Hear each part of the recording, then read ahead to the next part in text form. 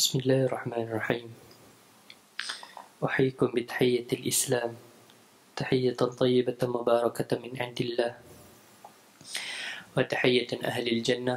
يقول الناس عادة ونقول عبادة، وهي السلام عليكم ورحمة الله تعالى وبركاته. سبحانك اللهم خير معلم، علمت بالقلم القرون الأولى، أرسلت بالتوراة موسى هاديا، وبنى البتول فعلم الإنجيل، وفجرت ينبوع البيان محمدا، فثقى الحديث وناولا تنزيلا. أشهد أن لا إله إلا الله وحده لا شريك له، أشهد أن محمدا عبده ورسوله وحبيبه وصفيه وخليله، النبي المصطفى والحبيب المجتبى، وعلى آله وصحبه في كل لمحة ونفس عدد ما وسعه علم الله. قال الله تعالى في كتاب العزيز بعد أعوذ بالله من الشيطان الرجيم: قل إن كنتم تحبون الله فاتبعوني يحببكم الله. صدق الله العظيم.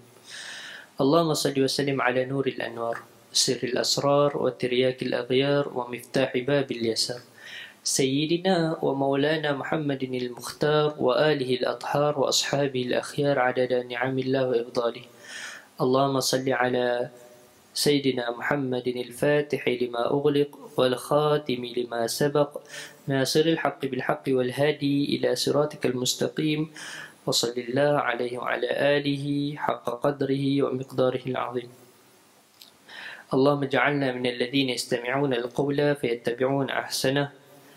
اللهم ارزقنا فهم النبيين وحفظ المرسلين وإلهام الملائكة المقربين. اللهم ارزقنا علما نافعا وعملا متقبلا، آمين يا رب العالمين. قال شيخنا المصنف رحمه الله ونفعنا به وبعلومه في دارين، آمين يا رب العالمين.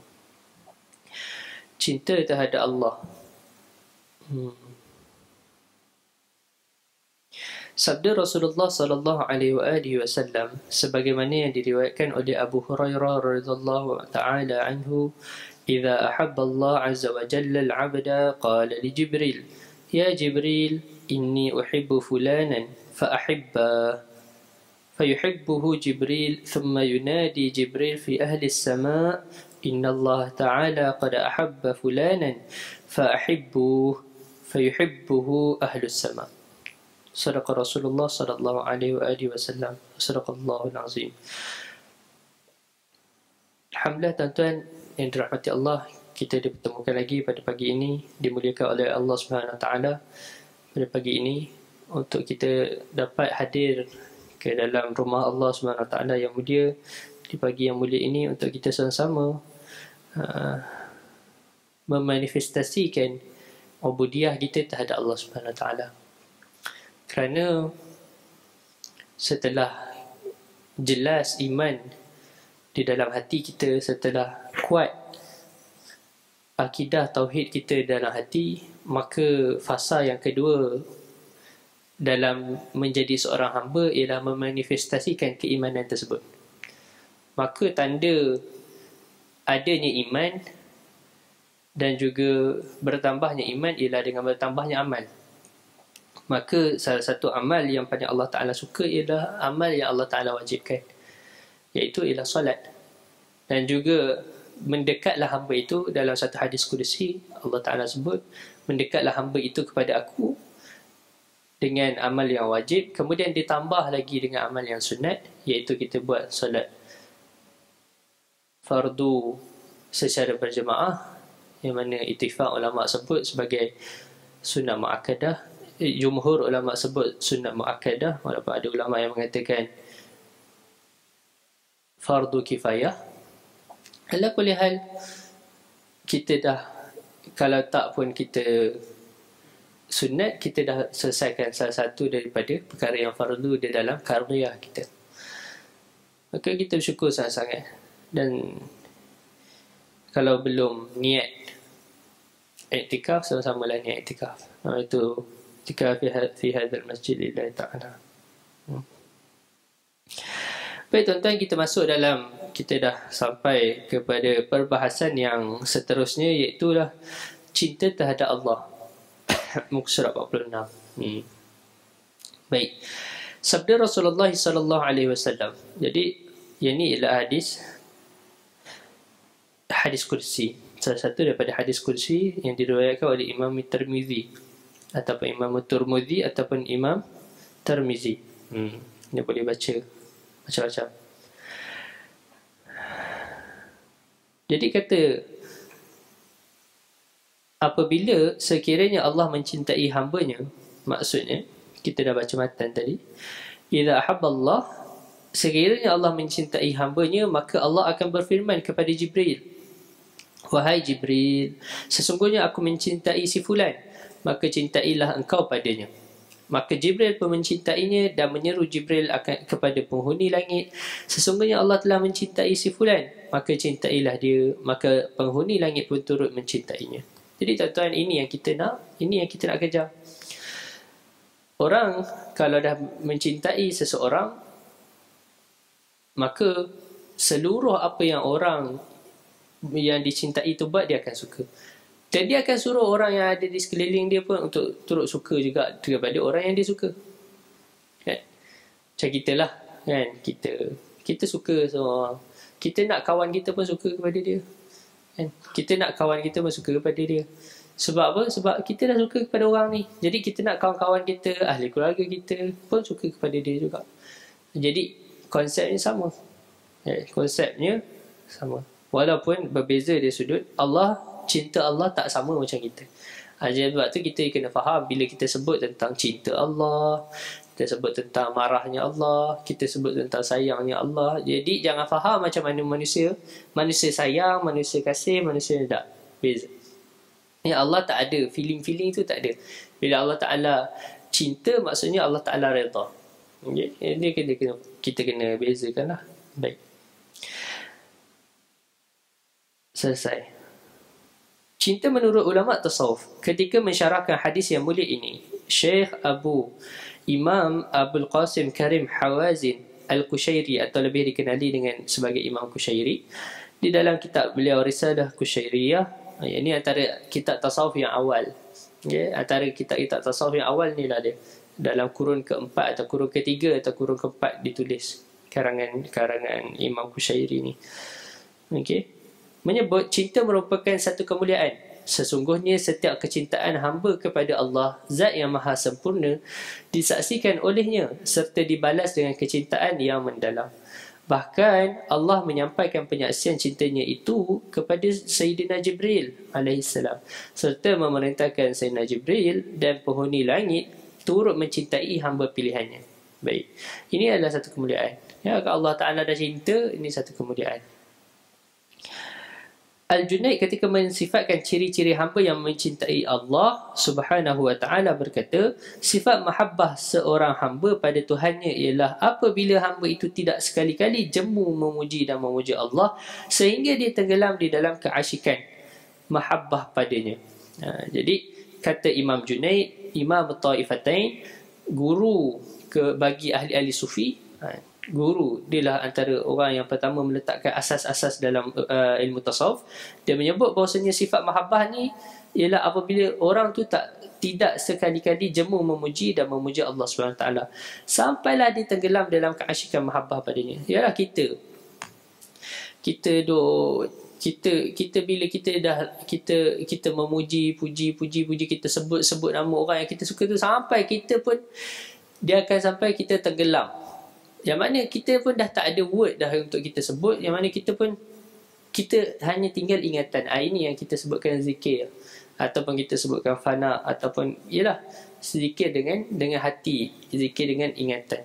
Okay. Selagi mana kita ingat kita berzikir, belum dikira zikir lagi. Belum dikira sebagai zikir yang secara sir. Sebab malaikat tak boleh. Bila sebut bahawasanya ulama khilaf kan, kenapa adakah malaikat boleh dengar zikir dalam hati ataupun tak. Jadi kata Imam Ibn Athaillah dalam Miftahul Falah wa Misbahul Arwah, disebut bahawasanya zikir selagi mana kita ada conscious. Maksudnya kita ingat kita zikir, kan? Kita zikir la ilaha illallah, la ilaha illallah, subhanallah, subhanallah, subhanallah. Selagi kita ingat, kita baca dengan mulut, malaikat dengar satu hal, malaikat boleh catat. Kedua, kita baca dalam hati, dah hati kita la ilaha illallah, la ilaha illallah, la ilaha illallah. Kan baca dalam hati lah, macam biasalah kan. Mungkin kita dalam tandas ke, kan? Ya, sebab para sahabat Nabi SAW, betapa mereka ni biasa sangat berzikir sampai terpaksa gigit batu ketika mana masuk tandas, takut terzikir juga guna mulut dalam tandas, tapi mereka masih zikir dalam hati. Jadi bila zikir dalam hati pun la ilaha illallah, sampailah satu tahap bila kita dah lama sangat kita hanya ingat orang yang kita sebut. Okey, samalah macam kita, kan? Kita kalau kita cinta kepada seseorang, ni zaman muda-muda lah tuan-tuan, kan? Tuan-tuan muda lagi lah, kan? Zaman muda-muda kita duk teringat kat isteri kita, ataupun pergi overseas duk ingat kat isteri kita, kan? Kita duk sebut, kan? Sampai kalau tak sebut tu ada dalam ingatan, bukan tak ada, kan? Ada dalam ingatan kita. Jadi bila sampai kepada sebut, sampai hilang sebutan, dan yang tinggal hanyalah makna. Makna ni maksudnya kita ingat orang tu, tapi kita dah tak sebut dah, sebab dah dalam otak kita, dalam hati kita dah memang tinggal dia saja. Ni makna zikir yang sebenar, yang menjadi cahaya kepada hati. Jadi ketika itu malaikat tak boleh nak cantik. Malaikat tak boleh nak cantik. Dan ketika itulah yang disebutkan sebagai tafakkur yang sebentar lebih baik daripada beribadah beberapa puluh tahun. Ini disebut sebagai hadis. Ini tafsiran Imam Ibn Athaillah. Jadi dia tenggelam dalam keasyikan mahabbah pada Allah SWT. Manakala menurut Al-Arif Billah Sahal Abdullah At-Tustari pula ialah cinta adalah ketaatan dan menentang segala kederhakaan atau maksiat padanya. Jadi tuan-tuan, dalam ni dia akan sebut beberapa lah. Dia akan sebut apa tu cinta. Tetapi kata guru kami Syekhuna Syekh Rahimuddin Nawawi Al-Bantani Hafizahullah, dia sebut bahawasanya cinta ni dia tak ada ta'rif. Cinta ni dia tak ada ta'rif. Sama juga macam tasawuf ni, dia ulama sebut kat awal-awal dulu kita belajar, Sidi Ahmad Zarruq sebut bahawasanya ta'rif bagi tasawuf ni ada 2000. Macam mana satu benda boleh jadi sampai 2000 takrif? Kan? Cinta pun orang tak mampu untuk mentakrifkan cinta. Tahu takrif kan tuan-tuan? Definisi. Okay. Kita tak boleh nak definisikan cinta. Orang tanya cinta tu apa? Kita pun nak jawab. Kita biasa sebut cinta. Benda ni common di dalam semua orang. Tapi bila ditanya, apakah definisi cinta? Duk sembang sangat kuat pasal cinta, bercinta sana sini ni. Cinta ni apa? Jadi orang tak boleh nak definisikan cinta melainkan sifat-sifat orang yang sedang bercinta. Itu orang boleh sebut. Yang dia sebut kat atas-atas ni semua sifat-sifat, keadaan-keadaan, ahwal, hal-hal keadaan orang yang sedang bercinta, orang yang sedang dilambung cinta. Tapi definisi cinta tu sendiri kita tak boleh nak sebut. Tak ada definitif kepada maksud cinta. Tak ada. Kan? Kalau orang tanya apakah itu solat, kita boleh jawab al-af'al wal aqwal muftatahatun bitakbir wa muhtatamatun bitaslim biniyatin makhsusah. Kita boleh sebut. Sebab tu kalau kita macam mana kita nak tahu satu-satu ta'arif ni, kena belajar mantik lah tuan-tuan. Okay? Dalam bab akhir pengajian mantik kita akan belajar ta'arifat. Macam mana kita nak menta'arifkan satu benda. Kan? Macam mana kita nak mentakrifkan sesuatu benda? Apakah itu kereta? Apakah itu kereta? Jadi, macam mana kita nak takrifkan? Kereta tu apa? Kereta lah. Dia ada dua cara untuk kita definisikan. Kan? Satu, kita tunjuk. Kan? Jadi, benda yang boleh nampak, kita boleh nampak. Kan? Contoh, orang tanya, kereta apa? Nak senang. Itulah kereta. Kita senang, kita boleh sebut. Tapi, kalau cinta, macam mana kita nak tunjuk? Sebab tu kita kena belajar benda definisi ni. Jadi itu tuan-tuan kena belajar mantik lah, ilmu mantik. Dia akan sebut lah. Orang tanya, apakah itu manusia? Manusia tu apa tuan-tuan? Dalam sudut ilmu, ulama sebut manusia ni ialah hayawanun natiq. Haiwan. Kita ni sama macam haiwan. Tetapi apa bezanya? Dia kena pergi umum, kita kena bagi idea umum, kemudian kita akan keluarkan daripada semua benda. Kita kena bezakan. Apa beza manusia dengan haiwan? Ialah bercakap-cakap. Kelebihan yang Allah Ta'ala bagi kepada manusia ialah manusia ni dia boleh mengeluarkan bunyi yang ada spesifik maksudnya. Yang menjadikan kita boleh faham maksud dia. Iaitulah bercakap-cakap. Haiwan, dia punya kosakata dia sangat kurang. Dia punya pembinaan struktur ayat dia kurang. Dia tak sama macam manusia. Dia boleh dah bercakap dalam bahasa dia kita sebut kan. Tapi dia tak boleh nak menstrukturkan ayat. Dia tak boleh nak sebut saya. Dia mungkin sebut mungkin kita tak tahulah. Jadi definisi. Samalah macam cinta. Orang nak faham kena bagi definisi. Tapi tak ada satu definisi pun yang boleh mensifatkan, menceritakan tentang cinta dengan secara jelas. Baik.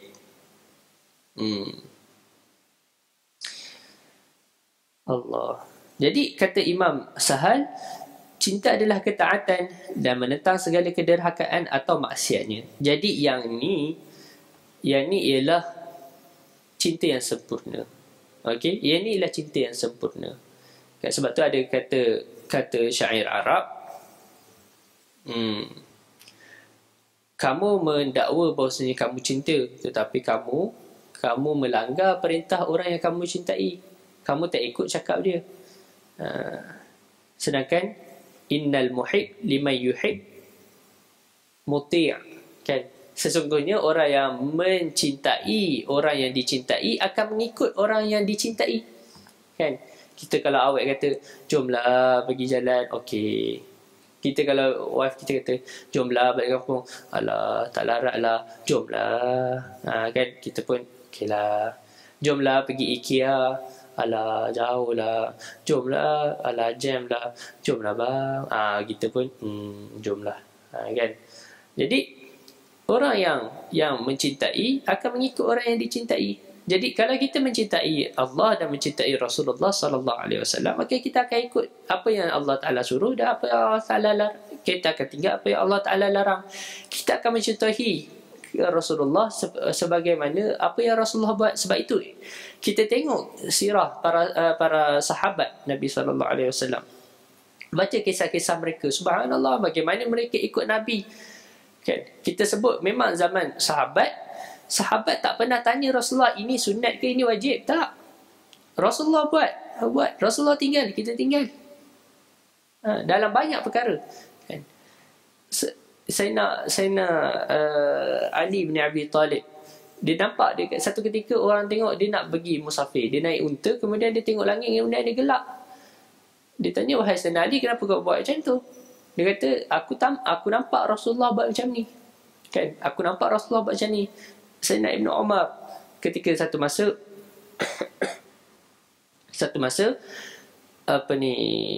dia jalan straight, kemudian dia belok, lepas tu dia masuk balik jalan lurus yang dia lalui tadi.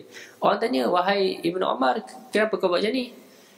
Dulu kat sini Ibn Umar kata, dulu kat sini ada pokok, dan aku nampak Rasulullah jalan macam ni, jadi aku pun nak ikut macam mana Rasulullah jalan. Jadi point dia orang yang mencintai akan mengikut orang yang dicintai dia. Orang yang dicintai. Sebab itu kita tengok orang komplain, kan? Orang komplain kata apa ni kan, pakai serban. Ini semua budaya Arab. Dah kita pakai sebab Rasulullah pakai. Apa ni pakai jubah, hilang identiti Melayu. Kan? Arabisasi. Lah kita pakai sebab Rasulullah pakai. Tak ada masalah pakai baju Melayu, tak ada masalah, kan? Ulama-ulama Yaman kita pun pakai baju, tak semua orang pakai jubah. So, tak ada masalah, kita tak ada masalah. Tapi kita pakai sebab apa? Sebab Rasulullah pakai. Kenapa suka warna putih? Kenapa suka warna hijau? Rasulullah pakai. Rasulullah pakai. Kenapa ni suka makan labu ni? Rasulullah suka makan labu. Kenapa ni suka makan Allahumma makan tembikai? Rasulullah suka makan tembikai. Ada hadis sebut tentang Rasulullah makan tembikai, jadi aku pun nak makan tembikai. Rasulullah makan labu, aku pun nak makan labu. Rasulullah suka ni, aku nak buat juga. Rasulullah suka minyak wangi, aku pun nak pakai minyak wangi. Jadi mengikut orang kasih ni, jadi kita pula kata macam-macam. Okay? Kita kata ini bukan daripada sunnah, ini hanyalah adat lah. Kita tak apalah, kita boleh bahas secara ilmiah. kan? Tapi kita pun tak paksa orang. Kita nak buat kan. Orang pakai slipper capal Nabi kan. Dah apa masalah, biarlah orang nak pakai kan. Orang tak pernah komplain pun kita pakai kasut Adidas, Nike, kita punya Reebok. Semua tu bid'ah belaka, zaman Nabi tak ada. Jadi janganlah komplain. Orang tak komplain pun. Dah lah. Allah. Jadi cinta tu dia akan ikut. Orang yang mencintai dia akan mengikuti secara sempurna. Habis tu macam mana pula kalau orang yang buat maksiat? Adakah dia tak mencintai? Tak. Kan? Bila sebut cinta kat sini, orang yang mencintai akan mengikut orang yang dicintai. Adakah orang yang tak mengikut tu dia tak cinta? Tak. Sebab ada setengah orang, apa ni ahli maksiat, kau ni tak cinta Allah ke? Jadi kita jangan tengok ahli maksiat ni macam tu. Kenapa? Satu kisah zaman Nabi SAW. Ada seorang ni dia minum arak. Ada seorang sahabat ni dia minum arak. Ketika tu dah turunlah pengharaman arak. Tapi dia susah nak berhenti. Kan? Dia susah nak berhenti. Sama dah kita tuan. Kita daripada muda, kita buat benda ini kan. Tahu-tahu dah tua, dah 50, baru kita tahu benda ni tak boleh. Dah 40 tahun dah kita hafal daripada umur 10 tahun. Tak tahulah apa-apalah kan. Ataupun cara kita baca Al-Quran tu memang macam tu, memang tergeliat lidah baca Bismillahirrahmanirrahim, kan memang kita baca macam tu kan, sebab tok guru kita sengau, jadi kita pun tersengau jugalah sekali. Jadi minta maaf lah kalau ada orang sengau tak. Ini contoh je tuan-tuan. Jadi dah umur 50 baru kita nak ubah, susah lah kan, susah lah sikit. Jadi samalah sahabat ni, dia dah biasa minum arak. Jadi arak kan addicted lah. Sama orang dadah pun addicted. Orang isap rokok addicted juga. Kan. Vape pun addicted juga. Vape saya tak tahulah. Kan. Jadi semua benda ni semua jadi addicted kan. Jadi kita kena ada rasa kesian kat orang ni. Kan. Dia bukan tak nak ubah. Kan. Ada ke orang yang isap rokok tu memang dia tak ada sikit pun dalam hati dia tak nak ubah. Kecuali memang tak ada hidayah lah. Tak, ada juga nak cuba-cuba juga, tapi susah kan. Nak berpisah dengan rokok ni susah kan. Kalau buka puasa tu rokok tu dulu masuk dulu. Makan tu tak apa kemudian. Kan. Jadi macam mana sahabat ni dia minum arak. Jadi bila minum arak, jadi kenalah hukuman dia ada hukuman. Bila kena hukuman tak apalah. Jadi bila sekali lagi jumpa, tengok dia ni minum arak lagi kan. Minum arak lagi. Jadi para sahabat banyak kali ni dah kena hukum pun minum lagi. Kan? Dia addicted, nak buat macam mana? Sebab tu kita tuan-tuan. Kan? Saya tak tahu kalau kot-kotlah kat sini ada pegawai penjara. Tak ada masalah orang yang banduan kan. Saya tak tahu di Malaysia macam mana kan konsep dia. Tapi kalau di US, kata Syekh Hamzah Yusof, orang yang banduan ni, bila dia keluar daripada dia punya penjara, dia kena pergi balik ke tempat asal dia. Jadi dekat tempat asal tu dia menagih dadah. Kan? Kita nak suruh dia pergi balik kat situ, tak betul. Dia akan menagih balik. Kawan-kawan datang, Mat, bila kau keluar? Jom, lepak sini. Tak apalah. Tak ada apa, lepaklah kawan-kawan. Lama tak jumpa, 5 tahun tak jumpa. Kan? Okeylah. Lepas tu kita tengok kawan kita pula kan, cucuk-cucuk sikit. Mat nak rasa sikit? Tak apa. Alah, bukan ada apa sikit je. Tak apalah. Okey, tak apa. Kau duduk lah sini kah? Betul ke tak nak ni? Kan kita kata sikit pun tak apalah. Macam tu. Jadi kita mencampakkan orang tu ke lembah kebinasaan balik. Sedangkan sepatutnya samalah macam orang kena denggi ataupun orang kena malaria. Dia dah baik daripada malaria tu, kita letak kat hospital. Kemudian kita suruh dia pergi balik ke tempat malaria tersebut. Kenalah balik. Sapalah juga konsep dia macam orang yang ada masalah ni. Sebab tu salah satu antara cara nak taubat ialah jangan mendekati tempat yang menyebabkan kita jatuh kepada maksiat. Baik. Jadi orang sahabat ni tadi dia tak boleh nak kontrol. Jadi terminum lagi. Maka sahabat-sahabat lain, dia ni teruk sangat ni kan. Sahabat-sahabat lain pun mengutuk dia, melaknat dia. Celakalah kau ni kan. Celakalah kau ni kan. Apa nak jadi dengan kau ni? Lebih kurang macam tu lah. Maka Rasulullah kata jangan kata begitu. Sebab apa? Sebab tidak aku tahu melainkan dia ni ialah orang yang mencintai Allah dan Rasul. Macam mana buat maksiat? Ni minum arak, salah satu daripada kabair, dosa besar. Tapi bagaimana Nabi sebut bahawasanya Nabi tahu bahawasanya dia ni orang yang mencintai Allah dan Rasul. Jadi poin dekat sini kata para ulama ialah bila sebut bahawasanya orang yang mencintai itu akan mengikuti orang yang dicintai, maksudnya itu cinta yang sempurna. Kalau orang masih lagi buat maksiat, adakah dia tak cinta Allah? Ya, dia cinta Allah. Masih lagi ada cinta Allah.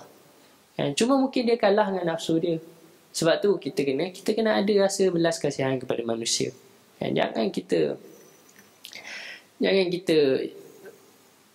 pisahkan orang dengan rahmat Allah SWT.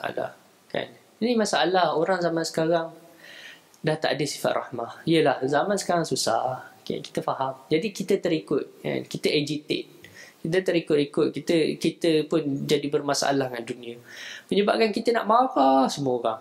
Jadi semua orang pun jahat. Semua orang pun, kita nak percaya orang pun. Saya tak nafikan. Memang betul ada orang jahat kat luar. Tapi jangan kita asal kepada zaman, nak hidup dalam zaman ni ialah kita kena berhati-hati dengan manusia, tapi jangan ada sangka buruk. Kita kena berhati-hati, tapi jangan ada sangka buruk.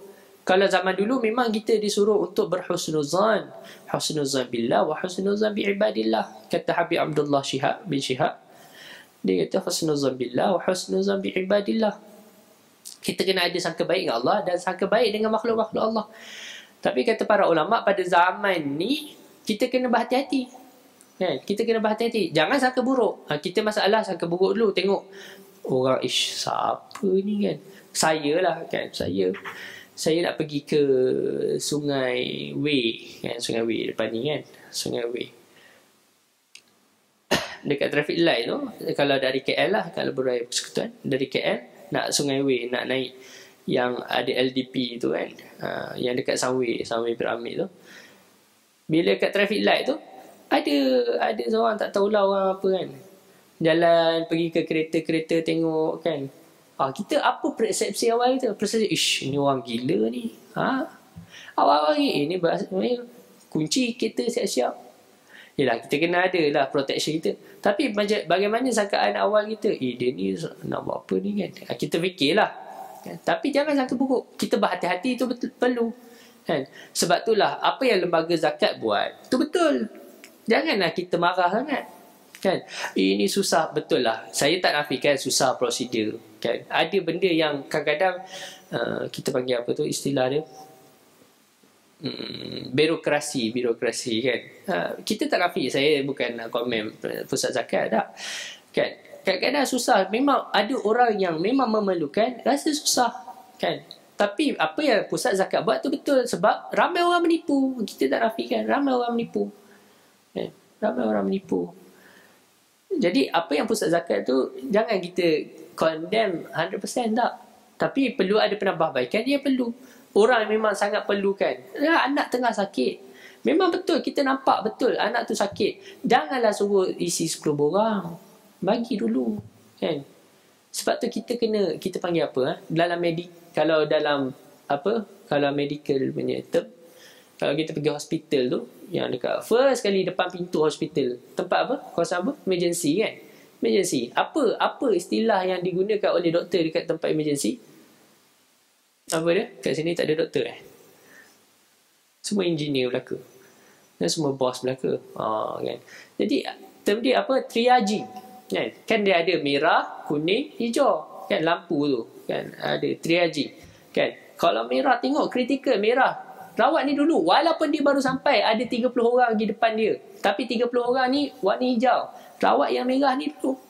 Walaupun dia sampai lambat. Jadi sama juga konsep dia dalam semua kehidupan kita. Kita kena triage. Bukan kita nak kata kita kena adil, beratur lah. Takkanlah kawan tu nak mampu kena beratur 30 orang. Jadi ni tak betul. Sama lah juga macam isu zakat. Kawan dah tak makan seminggu, memang kita tahu confirm, pergilah kat tempat dia yang dia dakwa, rumah dia tu, pergilah. Kita mungkin tak cukup orang lah, tak apalah. Saya suka tengok kalau kat Facebook tu ada update squad Asnaf pusat zakat KL lah saya rasa. Saya tak pasti Selangor, tapi biasa tengok dekat FB tu pusat zakat KL, wilayah persekutuan. Dia tunjuk kan, orang viral je kat FB, terus pergi cari siapa yang dikatakan gelandangan-gelandangan ni. Kat situ dapatlah maklumat.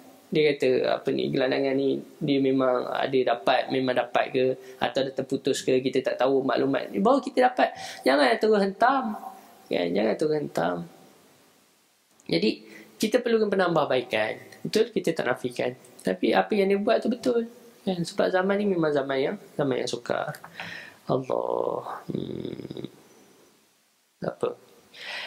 Sebahagian ulama sufi menyatakan bahawa cinta adalah kecenderungan abadi di dalam hati yang disertakan rasa rindu yang mendalam. Sehingga kan setiap perbuatan yang dilaksanakan oleh hamba yang dilanda cinta pasti sentiasa mendahulukan kekasihnya berbanding keperluan dan keinginan dirinya. Yang ni cinta yang abadi. Cinta yang benar-benar cinta. Kita kalau betul kita cinta, kita lapar tak apa. Lapar pun tak rasa lapar. Tunggu pun rasa sejam pun rasa berapa minit je. Kalau kita bersama orang yang kita cintai, sungguh-sungguh kita bersama orang kita 2-3 jam pun kita tak sedar. Saya biasa macam ni tuan-tuan. Jumpa kawan lama kan, kawan lama kita sembang, tak perasan saya tu kat mana. Saya pukul 2 dah, start jumpa pukul 11, tengok jam pukul 2 dah, sembang tak rasa, pupang sambil berdiri je pun kan, sambil berdiri. Sebab kita sayang, kita suka duduk dengan orang tu. Jadi 3 jam berdiri, 3 jam pun tak rasa apa.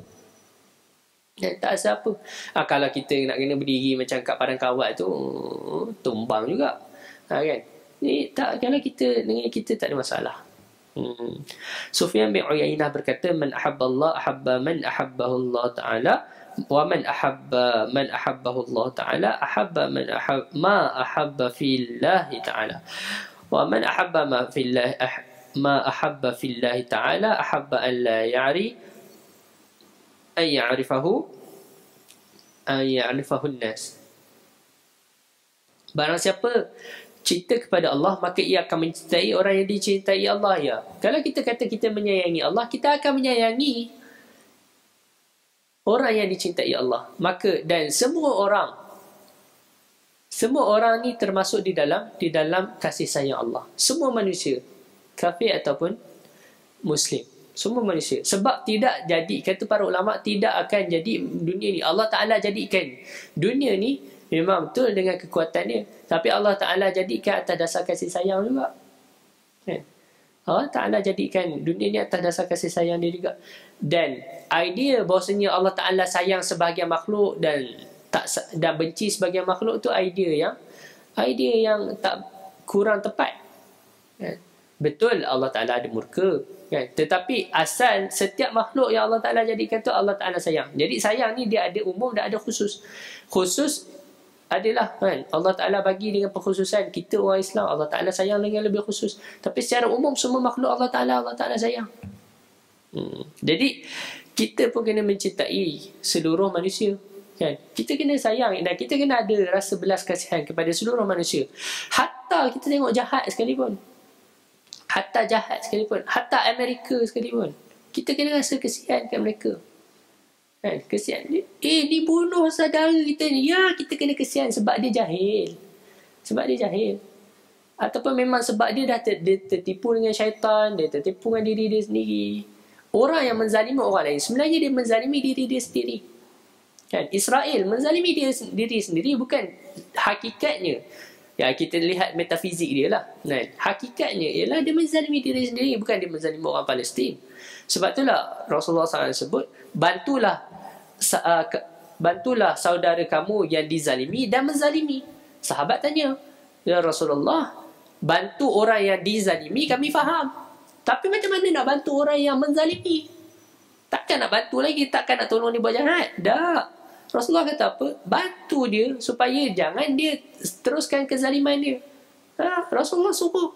Jadi ketika mana kita nampak orang zalim, kita kena tolong dia. Bukannya kita maki dia, bukannya kita murka dia, bukannya kita doa. Memang betul warid doa kunut nazilah, betul. Tapi Rasulullah bukan baca kunut nazilah sentiasa. Kita sentiasa je kunut nazilah. Nak tahulah kan. Ada certain sahabat-sahabat ni yang rajin sangat, kuat sangat berjemaahnya, kuat sangat berpersatuannya, kuat sangat usrahnya. Kunut nazilah sepanjang masa. Doa untuk siapa? Doa untuk pimpinan sendiri. Tak betul. Kita kata para ulama, kan? Kata para ulama, antaranya Imam Abu Hanifah radhiyallahu taala anhu, kalau tak silap saya. Imam Abu Hanifah kata apa? Kalaulah kita ada satu doa yang mana doa tu Allah Ta'ala akan mustajabkan doa kita. Kalau Allah Ta'ala akan kabulkan doa kita, ada satu doa, kita doa kabulkan, Allah Ta'ala akan kabulkan, maka doakanlah kebaikan untuk pimpinan kita. Ulama suruh. Sebab apa? Baiknya pimpinan, baik kita. Baiknya pimpinan akan jadi baik kita ni. Dan Islam tak mampu untuk diamal kecuali dalam keadaan yang baik. Kita Alhamdulillah, kita masih lagi dalam keadaan yang aman. Orang kata marahlah kan. Ialah betul, banyak benda yang kita perlu perbaiki. Tetapi kita kena doa. Sebab itulah kata Syamzah Yusof, dia kata apa? Dekat Mekah ni, jangan kata Malaysia lah, kat Mekah kan, bila imam doa, ya Allah ampunkanlah kaum muslimin, bunyi amin, amin. Ya Allah rahmatilah kaum muslimin, amin, bergema satu masjid. Tapi bila apa? Ya Allah perbaikilah urusan pemimpin kami, amin. Kan? Kita nak amin pun nak amin, tak nak amin ni, amin je lah sikit, amin. Kan? Jadi tak betul. Yang tu lah kita kena doa, kita kena amin. Imam solat Jumaat kan, doa ketika solat Jumaat tu kena amin. Lainlah kita memang tak faham apa imam baca tu, tak apalah kan. Kan? Tapi orang yang baca, orang yang faham, doakan kebaikan untuk pimpinan kita. Okay, doa. Sebab baiknya dia baik kita, buruknya dia buruklah kita, memang teruklah kita. Sebab tu doa kebaikan.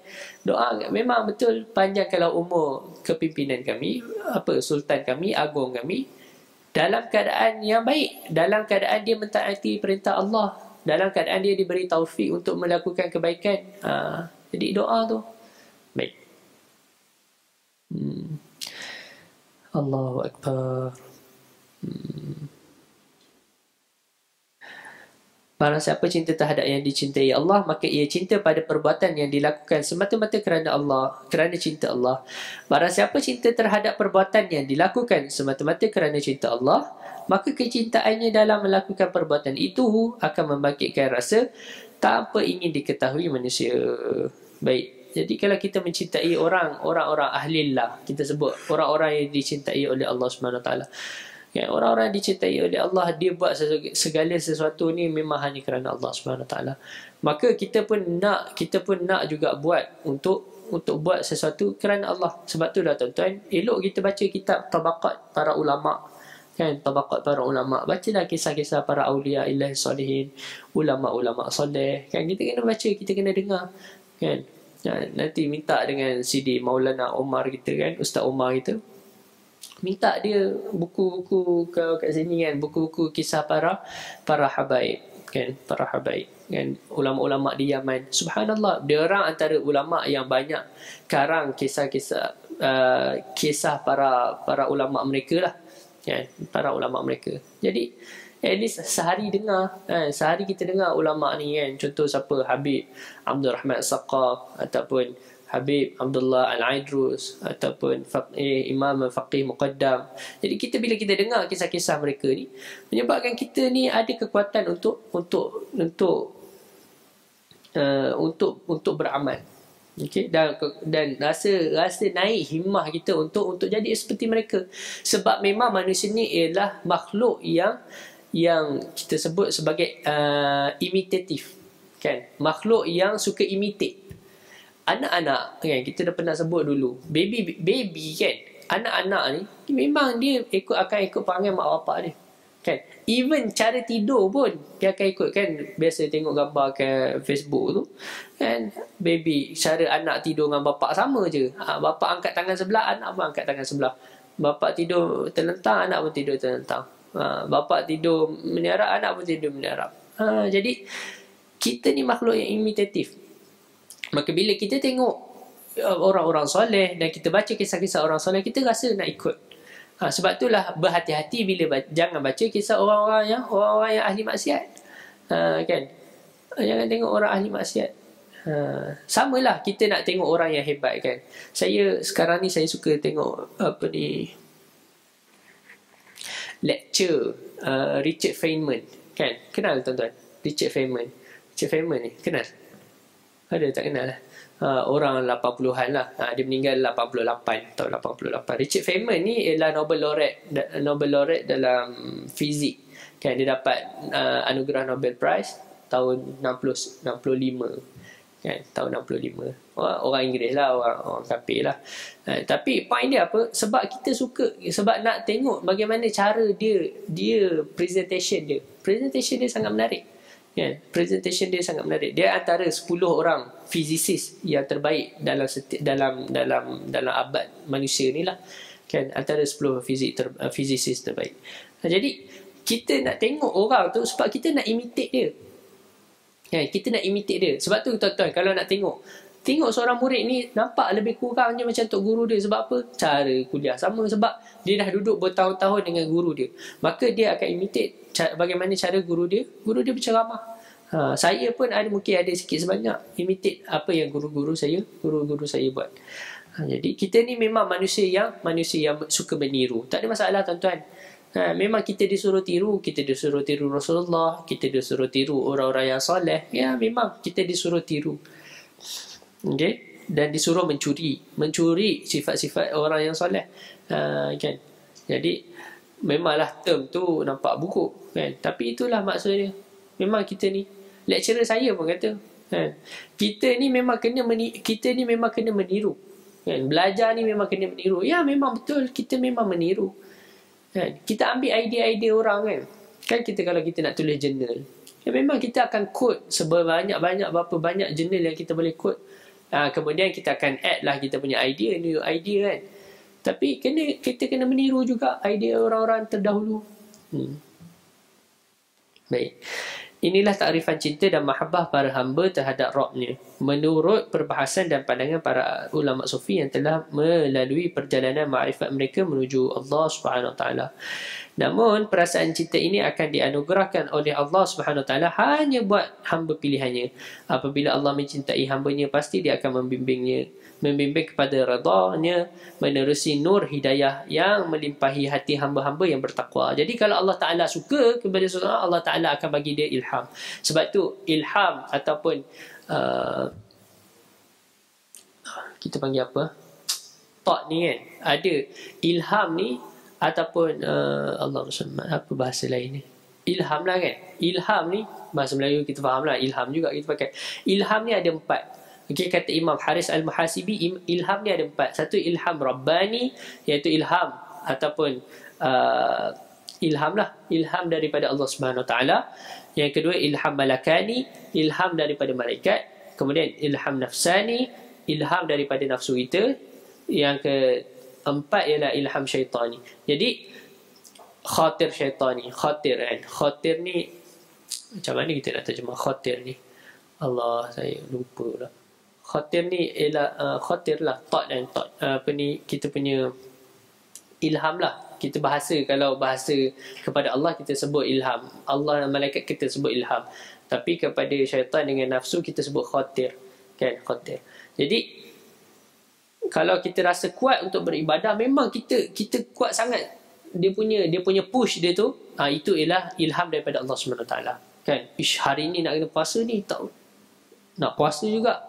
Yang tu kita tahu betul daripada Allah.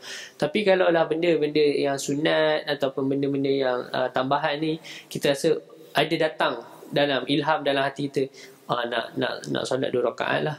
Tapi dia tak kuat semacam mana ilham Rabbani. Kemudian ilham daripada nafsu, kemudian ilham daripada syaitan. Maka kalau Allah Ta'ala nak, Allah Ta'ala akan bagi. Sebab itulah orang kalau nak berubah, tak ada masalah. Allah Ta'ala nak bagi. Kita kadang-kadang tak sangka sebab-sebab dia. Kan? Allah Ta'ala nak bagi. Sebab itulah kita kena doa kepada Allah supaya Allah Ta'ala bagi pemimpin kita. Kan? Allah Ta'ala nak bagi. Sebab hati ni Allah Ta'ala yang pegang. Di saat itu lah mereka yang terpilih akan merasai kemanisan mencintai Allah dan menjadikannya tujuan hidupnya semata. Wallahu ta'ala alam. InsyaAllah kita akan sambung lagi pengajian kita pada sesi seterusnya. Bismillahirrahmanirrahim. Alhamdulillahirabbil alamin. Wassalatu wassalamu ala asyrafil anbiya'i wal mursalin sayyidina Muhammad wa ala alihi washabbihi ajma'in.